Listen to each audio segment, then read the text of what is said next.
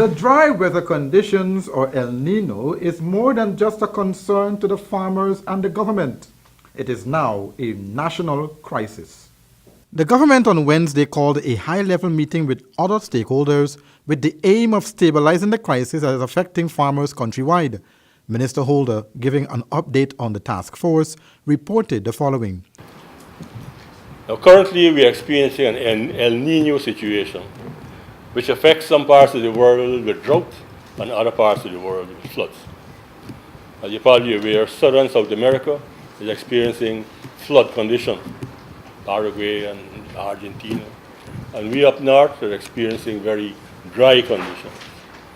Indeed, in fact, the short rains, which are supposed to start from the middle of November, have virtually failed. We're now at the end of January, and we have not had a short rainy season. From what I gather from the Hydromet people, the May-June rains are likely to be late. They probably will not start in the middle of April, but probably sometime during May.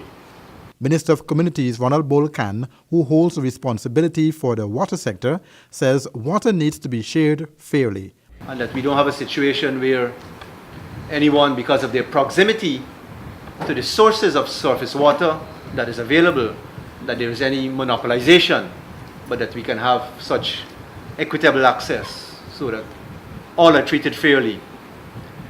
I'm sure we will shortly hear on the question of availability, but I believe it has already been established that the water levels in the various conservancies, Tapakuma, Borosiri, EDWC, they are all at alarming levels. Other agencies like the Civil Defense Commission and the National Drainage and Irrigation Authority are working along with the Ministry of Agriculture to monitor areas that are affected by El Nino.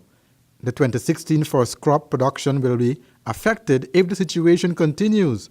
Rice farmers are the ones mostly hit, not just by the drought, but also by the intrusion of salt water.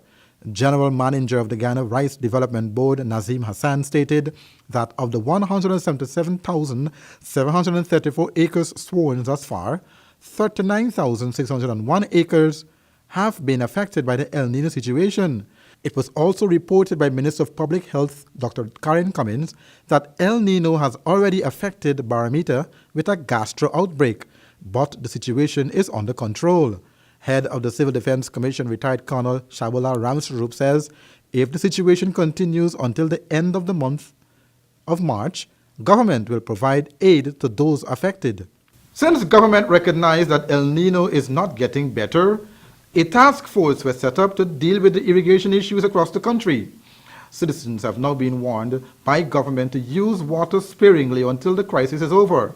Now, it is all a waiting game to see if El Nino will fade away or get worse. Basil?